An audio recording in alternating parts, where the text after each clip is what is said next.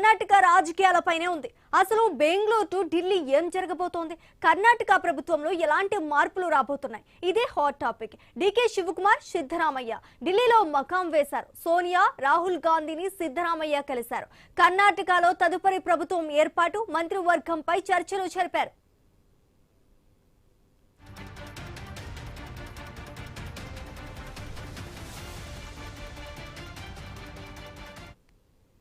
పనితీరు సరిగ్గా లేని మంత్రులను తొలగించి కొత్త ముఖాలకు అవకాశం ఇస్తారనే ప్రచారం జోరుగా సాగుతోంది. మరోవైపు సిద్ధరామయ్య రాజీనామాలను గవర్నర్ ఆమోదించారు. నిన్న లోక్ భవన్ లో గవర్నర్ లేకపోవడంతో ఆయన సెక్రటరీకి రాజీనామా సమర్పించారు. దాన్ని ఇవాళ గవర్నర్ ఆమోదించారు. నూతన సీఎంగా జూన్ 1 లేదా 3న డీకే శివకుమార్ ప్రమాణ స్వీకారం చేసే అవకాశం కూడా ఉంది.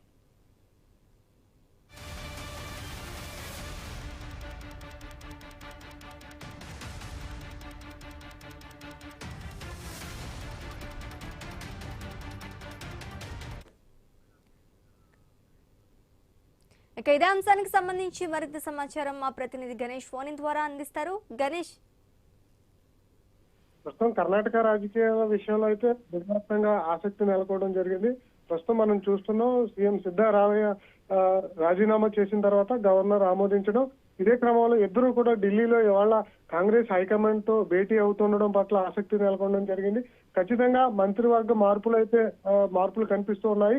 ముఖ్యంగా మనం చూస్తున్నాం కదా, డీకే శివకుమార్ మాస్ లీడర్, ఆయనకు సంబంధించినటువంటి వ్యక్తులకు మంత్రివర్గంలో ప్రధాన స్థానం ఉండేటువంటి అవకాశం కనిపిస్తుంది. దానికి తోడుగానే హైకమాండ్ మాట వింటూ రిజైన్ చేసినటువంటి సిద్ధరామయ్య కూడా హైకమాండ్ ప్రాధాన్యత ఇచ్చేటువంటి అవకాశం కనిపిస్తుంది. సిద్ధరామయ్య తనకు సంబంధించినటువంటి వ్యక్తులకు మంత్రివర్గంలో ఖచ్చితంగా కొనసాగించాలన్న అంశాన్ని అయితే హైకమాండ్ దగ్గర ప్రస్తావిస్తున్నటువంటి సందర్భం కనిపిస్తుంది. దాంతో పాటుగా తన కొడుక్కి డిప్యూటీ సీఎం పదవికి సంబంధించినటువంటి అంశంలో కూడా సిద్ధరామయ్య హైకమాండ్ ప్రతిపాదన ఉంచినట్లు సమాచారం అవుతుంది.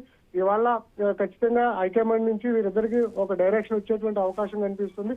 హైకమాండ్ డైరెక్షన్ తోనే డీకే శివకుమార్ జూన్ 1న లేదా 3వ తారీఖున సీఎం గా ప్రమాణ స్వీకారం చేసేటువంటి అవకాశం కనిపిస్తుంది. ఇవాళ సిఎల్పి భేటీ ఉన్నటువంటి సందర్భంలో మంత్రివర్గానికి సంబంధించినటువంటి చర్చ ప్రాధాన్యత సంతరించుకోవడం జరిగింది.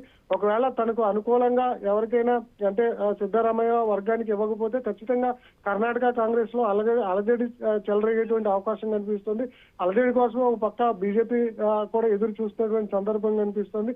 సాధారణంగా చాలా సార్లు కాంగ్రెస్ పార్టీ రాజకీయ చరిత్రలో చీలికలు కనిపించాయి. అయితే ఈ సందర్భంగా ఎలాంటి చీలిక ఇప్పుడు రాకుండా చూసుకోవాల్సినటువంటి బాధ్యత కాంగ్రెస్ పార్టీ అధిష్టానం మీద ఉన్నటువంటి సందర్భంలో రాజీనామా చేయడంలో సక్సెస్ అయ్యారు. కానీ వీళ్ళిద్దరిని సమన్వయపరచడంలో కూడా సక్సెస్ అయ్యారు. అయితే మంత్రివర్గ కూర్పులో కూడా సక్సెస్ అవుతారా అన్నది మాత్రం కొంత ప్రశ్నార్థకంగా మారింది. ఒకవేళ సిద్ధరామయ్య తనకు అనుకూల వర్గానికి ఇవ్వకపోతే వెర్షన్ మార్చేటువంటి అవకాశం ఉన్న నేపథ్యంలో డీకే శివకుమార్ తో ప్రధానంగా చర్చించి మంత్రివర్గాన్ని మార్చేటువంటి అవకాశాలు కనిపిస్తున్నాయి. మొత్తంగా చూస్తున్నాం కదా, గడిచిన 3 రోజుల నుంచి బెంగళూరు అదేవిధంగా కర్ణాటక అంశం మీద దేశవ్యాప్తంగా కూడా చర్చ నడుస్తుంది. ఇదే సందర్భంలో పనితీరు సరిగా లేనటువంటి మంత్రులను తొలగించేటువంటి అవకాశం కూడా కనిపిస్తుంది. కొత్త వారికి డీకే శివకుమార్ ముఖ్యమంత్రి అయిన తర్వాత వారి వర్గానికి కూడా మంత్రులుగా అవకాశం కల్పించేటువంటి సూచనలు అయితే కనిపిస్తున్నాయి. Right, thank you Ganesh.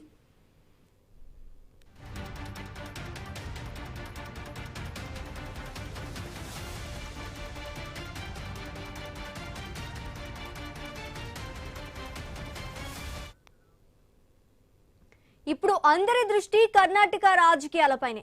అసలు బెంగళూరు టు ఢిల్లీ ఏం జరగబోతోంది? కర్ణాటక ప్రభుత్వంలో ఎలాంటి మార్పులు రాబోతున్నాయి? ఇదే హాట్ టాపిక్. ఇప్పుడు డీకే శివకుమార్, సిద్ధరామయ్య ఢిల్లీలో మకాం వేశారు. సోనియా, రాహుల్ గాంధీని సిద్ధరామయ్య కలిశారు. కర్ణాటకలో తదుపరి ప్రభుత్వం ఏర్పాటు, మంత్రివర్గంపై చర్చలు కూడా జరిపారు.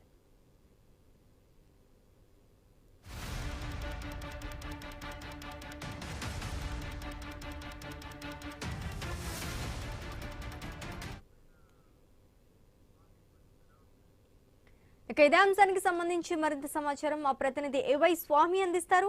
స్వామి, చెప్పండి. కర్ణాటక ముఖ్యమంత్రి పీఠం సంబంధించి ఇప్పటికే డీకే శివకుమార్ కి ఇప్పటికే అప్పగించాలని చెప్పేసి కాంగ్రెస్ పార్టీ పెద్దలు నిర్ణయించారు. సిద్ధరామయ్యతోని నిన్న రాజ్భవన్ కి వెళ్లి రాజీనామా కూడా చేయించారు. రాజ్భవన్ కార్యదర్శికి రాజీనామా లేఖ అందించినటువంటి సిద్ధరామయ్య ఆ తర్వాత నిన్న సాయంత్రం ఢిల్లీకి బయలుదేరి వెళ్లారు. ఢిల్లీకి వెళ్తున్న సమయంలోనే ఒక ఫ్లైట్ లో ఒకవైపు ఢిల్లీలో వాతావరణం అనుకూలించక ఇటు రాజస్థాన్ వైపు కూడా వెళ్లారు. దీంతో రాజస్థాన్ లోనే జైపూర్ ఎయిర్పోర్ట్ లో దిగిన తర్వాత సిద్ధరామయ్య మన తర్వాత ఢిల్లీకి చేరుకున్నారు. మరి కాసేపట్లో కాంగ్రెస్ పార్టీ పెద్దలు సోనియా గాంధీని, రాహుల్ గాంధీని, ఏఐసిసి అధ్యక్షులు మల్లికార్జున ఖర్గేతో కూడా ఢిల్లీలో ఉన్నటువంటి ఏఐసిసి కార్యాలయం ఇందిరా భవన్ లో సమావేశం కానున్నారు. కానీ తాను జాతీయ రాజకీయాలకు వెళ్ళనని చెప్పేసి ఇప్పటికే స్పష్టం చేసినటువంటి సిద్ధరామయ్య భవిష్యత్తులో ఏం చేస్తారని చెప్పేసి కూడా అందరూ ఆసక్తిగా గమనిస్తూ ఉన్నారు. ఇందులో భాగంగా కర్ణాటకలోనే ప్రజా జీవితంలోనే యాక్టివ్ పాలిటిక్స్ లోనే ఉంటారని చెప్పి చెప్తున్నారు.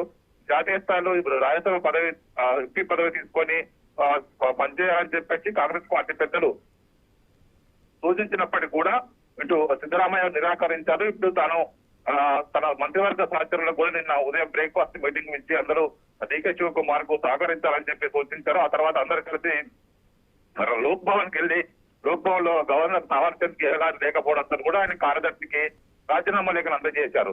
మరి మరోవైపు తన కుమారుడు యతీంద్ర సిద్ధరామయ్యకు పదవి కోసం ఆయన ప్రయత్నం చేస్తున్నట్టు తెలుస్తుంది. మరోవైపు తొలుత ఇనీషియల్ గా డీకే శివకుమార్ కు చెక్ పెడుతూ ఆ పరమేశ్వర్ కి ముఖ్యమంత్రి పీఠం అప్పగించాలని చెప్పేసి డీకే చేసినటువంటి అంటే డీకే వ్యక్తులకు చెక్ పెట్టాలని చెప్పి సిద్ధరామయ్య చేసినటువంటి ప్రయత్నాలకు కాంగ్రెస్ పార్టీ ముందుగానే చెక్ పెట్టినట్టుగా తెలుస్తుంది. డీకేకు ఒప్పందంలో భాగంగా ఆయనకే ముఖ్యమంత్రి పదవి అప్పగించాలని చెప్పేసి ఒక నిర్ణయం అయితే స్పష్టంగా వచ్చినట్టు తెలుస్తుంది. రాహుల్ గాంధీ సూచనల మేరకు సిద్ధరామయ్యతో స్వయంగా మాట్లాడి రాజీనామా చేయించారు. కర్ణాటక రాజకీయాల్లో అత్యంత క్రౌడ్ పుల్లర్ గా అత్యంత ప్రజాదరణ కలిగినటువంటి మాస్ లీడర్ గా ఇటు సిద్ధరామయ్యకు పేరున్నది. ఆయన జేడీయూ నుంచి ఇటు దేవగౌడతో పాటు పనిచేసినటువంటి నేతగా ఆయనకు పేరున్నది. ఆయన తర్వాత కాంగ్రెస్ పార్టీలోకి వచ్చి కాంగ్రెస్ పార్టీ అధికారం రావడానికి బలంగా కృషి చేశారు. అంతో ఆయనకు ముఖ్యమంత్రి పీఠం వరించింది. ఇప్పుడు ఆయనను ఆ ఒప్పందంలో భాగంగానే ఆయన తప్పించి డీకే శివకుమార్ కు అప్పగించబోతారు. 2008లో కర్ణాటక అసెంబ్లీ ఎలక్షన్స్ ఉన్నాయి కాబట్టి ఇప్పటి నుంచే మరోసారి అధికారంలోకి రావడం కోసం ప్రయత్నం చేస్తూ ఉన్నారు కాంగ్రెస్ పార్టీ నేతలు. దీంతో డీకే శివకుమార్ కు కాంగ్రెస్ పార్టీలో ఉన్నటువంటి మంచి పేరు, పార్టీ పెద్దలతో ఉన్నటువంటి సాన్నిహిత్యం, ఆయనకు ట్రబుల్ షూటర్ గా కాంగ్రెస్ పార్టీలో మంచి పేరు ఉంది. అత్యంత ధనవంతులైనటువంటి పొలిటీషియన్ గా కూడా దేశవ్యాప్తంగా ఆయనకు ఒక మంచి గుర్తింపు ఉంది. అలాంటి నేతకు ఈ పదవి అప్పగించాలని చెప్పేసి కాంగ్రెస్ పార్టీ భావిస్తుంది. ఆయన నేతృత్వంలోనే నెక్స్ట్ ఎలక్షన్స్ ని కొట్టాలని చెప్పేసి భావిస్తున్న నేపథ్యంలో డీకే శివకుమార్ ని ముఖ్యమంత్రి చేయాలని చెప్పేసి కాంగ్రెస్ పార్టీ అధిష్టానం నిర్ణయించింది. మరి కాసేపట్లోనే ఢిల్లీలో పార్టీ పెద్దల తర్వాత మరిన్ని విషయాలు బయటకు వచ్చే అవకాశం కనబడుతుంది. శ్రీజ, రైట్, థ్యాంక్ యూ స్వామి.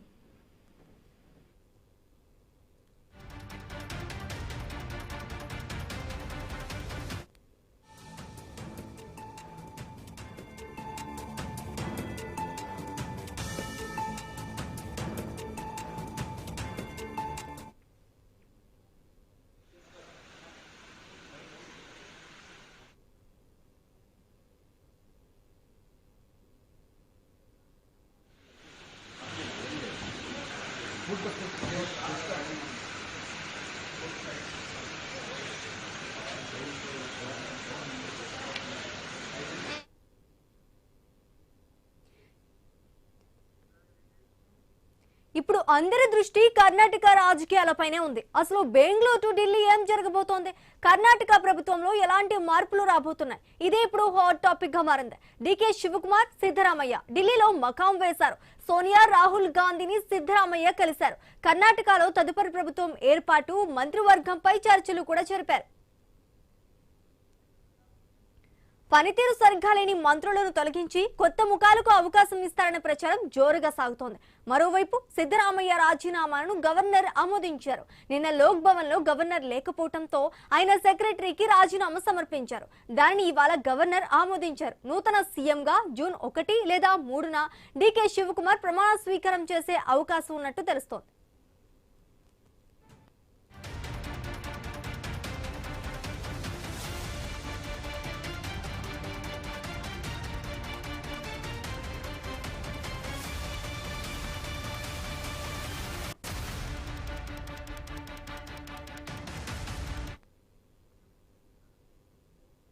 ఇప్పుడు అందరి దృష్టి కర్ణాటక రాజకీయాలపైనే ఉంది.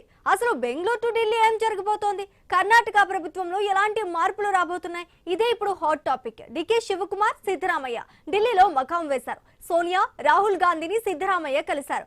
కర్ణాటకలో తదుపరి ప్రభుత్వం ఏర్పాటు, మంత్రివర్గంపై చర్చలు జరిపారు. పనితీరు సరిగ్గా లేని మంత్రులను తొలగించి కొత్త ముఖాలకు అవకాశం ఇస్తారనే ప్రచారం జోరుగా సాగుతోంది. మరోవైపు సిద్ధరామయ్య రాజీనామాను గవర్నర్ ఆమోదించారు. నిన్న లోక్ భవన్ లో గవర్నర్ లేకపోవడంతో ఆయన సెక్రటరీకి రాజీనామా సమర్పించారు. దానిని ఇవాళ గవర్నర్ ఆమోదించారు. నూతన సీఎంగా జూన్ 1 లేదా 3న డీకే శివకుమార్ ప్రమాణ స్వీకారం చేసే అవకాశం ఉంది. ఇక ఇదే అంశానికి సంబంధించి మరింత సమాచారం మా ప్రతినిధి రాము అందిస్తారు. రాము, శ్రీజ, ఇప్పటికే కర్ణాటక రాజకీయాలకు సంబంధించి ఎవరైతే ముఖ్యమంత్రిగా ఉన్నారో సిద్దిరామయ్య రాజీనామా చేశారు. రాజీనామా చేసిన తర్వాత ఢిల్లీ వెళ్లారు. ఢిల్లీ వెళ్లిన తర్వాత ఎవరైతే రాహుల్ గాంధీ, సోనియా గాంధీని కూడా కలిశారు. ఆవిడతో భేటీ కూడా అయ్యారు. అయితే భేటీలో ముఖ్యంగా సిద్దిరామయ్య కేబినెట్ కూర్పు పైన గతంలో మనం మాట్లాడుకున్నట్లు పిసిసి అధ్యక్షుడి పైన కూడా తన అభిప్రాయాన్ని చెప్పినట్టు కూడా తెలుస్తోంది. అయితే తను సీఎం గా లేనప్పటికీ కూడా ఏదైతే కేబినెట్ లో కర్ణాటక ప్రభుత్వంలో తన పట్టు కొనసాగించాలి, తన వర్గీయులను అందలం ఎక్కించాలని ఆలోచనతో ఢిల్లీలో మకాం వేశారు. అయితే డీకే శివకుమార్ సంబంధించి కూడా పూర్తిగా మనం చూసుకుంటే ఇప్పటికే ముఖ్యమంత్రిగా ఆయన జూన్ 1 లేదా 3న ప్రమాణ స్వీకారం చేసే అవకాశాలు అయితే స్పష్టంగా కనిపిస్తున్నవి. అది ముఖ్యంగా ఏదైతే గతంలో కేబినెట్ మంత్రులుగా ఉన్న వాళ్ళు పనితీరు సరిగా లేని వారిని తప్పించి కొత్త వాళ్ళని పూర్తిగా కేబినెట్ ని మార్చాలని శివకుమార్ ప్రపోజల్ పెట్టినట్టు కనిపిస్తుంది. అయితే ఈ ప్రపోజల్ సంబంధించి సిద్దిరామయ్య కూడా ఓ ఏకాభిప్రాయానికి వచ్చినట్టయితే కనిపిస్తుంది. ఈ నేపథ్యంలో సిద్దిరామయ్యకి సంబంధించిన కొంతమంది ముఖ్యులు తనతో ముందుగానే నడుస్తూ గతంలో కూడా తనతో పాటు ఉండి తన నమ్మకం. రైట్ రాము, అదే విధంగా గతంలో కర్ణాటకలో బీజేపీ ప్రభుత్వం ఉన్నప్పుడు కూడా సీఎం ను అధిష్టానం మార్చింది. మరి ఇప్పుడు కాంగ్రెస్ కూడా సీఎం ను మార్చుతోంది అంటున్నారు. దీని వెనుకున్న వ్యూహం ఏంటంటారు? దీనికి సంబంధించి ఏంటి? ఇందులో వ్యూహానికైతే ఇటువంటి త్రోవలేదు. ఎందుకంటే ముందుగానే ఏదైతే కర్ణాటకలో కాంగ్రెస్ ప్రభుత్వం అధికారం చేపట్టిన తర్వాత ఆర్థికంగా కొంత ప్రావీణ్యత ఉన్న డీకే శివకుమార్ ముఖ్యమంత్రి అవుతారు, కొత్త యువతరానికి ముఖ్యమంత్రి పీఠాన్ని ఇస్తారని ఊహాగానాలు వచ్చేవి. అయితే అనూహ్యంగా సిద్దిరామయ్య సీనియారిటీ, అంతేకాకుండా సిద్దిరామయ్యకి సంబంధించిన ఎమ్మెల్యేలు ఎక్కువగా సపోర్ట్ ఉండడంతో అప్పట్లో ఢిల్లీలో జరిగిన ఈ పవర్ షేరింగ్ ఒప్పందంలో భాగంగానే ఇప్పుడు జరుగుతుంది. కానీ కొత్తగా కాంగ్రెస్ వ్యూహంగా నడుచుకుంటుంది అని చెప్పే పరిస్థితి కనిపించట్లేదు. ఏదైతే పవర్ షేరింగ్ సంబంధించి 2.5 ఏళ్ళలో ఒకరు, 2.5 ఏళ్ళు ఇంకొకరు అనే ముందుగానే ఒప్పందం ఏదైతే ఉందో దానికి అనుగుణంగా జరుగుతుంది. కానీ కొత్తగా వ్యూహం ఏది లేదు అని మాత్రం కొంత ఊహాగానాలు అయితే వినిపిస్తున్నాయి. శ్రీజ, రాము, రాజీనామా చేసిన తర్వాత సిద్ధరామయ్య, డీకే విడివిడిగా ఢిల్లీకి వెళ్లారు. అధిష్టానంతో ఏ అంశాలపై చర్చించారంటారు?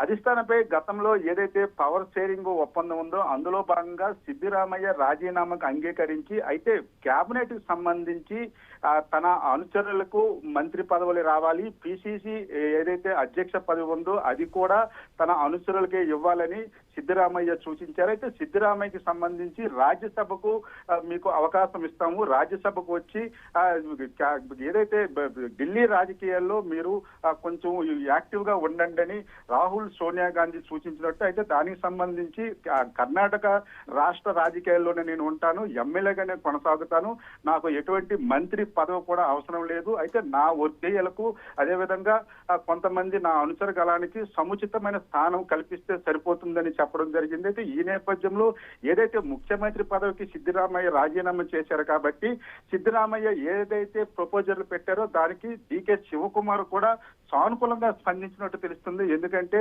పవర్ షేరింగ్ లో భాగంగా ఆయన తన ఏదైతే అధిష్టానము ముందు గతంలో తాను ఏదైతే చెప్పారో అది తను నిర్వర్తించారు. అదే ఇప్పుడు సిద్దిరామయ్య కూడా సీనియారిటీ పరంగా, పార్టీ పరంగా రాష్ట్ర కాంగ్రెస్ పార్టీ కూడా ఎంతో అవసరం ఉంది. రాబోయే ఎన్నికల్లో సిద్దిరామయ్య సంబంధించిన సామాజిక వర్గం తాలూకా ఓటర్స్ కూడా కావాలి కాబట్టి సిద్దిరామయ్యకి సంబంధించి ఎటువంటి అవమానం జరగకుండా ఒక హుందాతనంగా ఆయనతోనే రాజీనామా చేయించి తాను ఏదైతే షరతులు పెట్టారో దానికి సంబంధించి కూడా అధిష్టానం అగ్రీ అయినట్టయితే మనకి ఒక వార్త వస్తుంది. శ్రీజ, రాము, అదే విధంగా తొలుత ఢిల్లీకి సిద్ధరామయ్య బయలుదేరారు. కానీ మొదటి చేరుకున్నది డీకే శివకుమార్.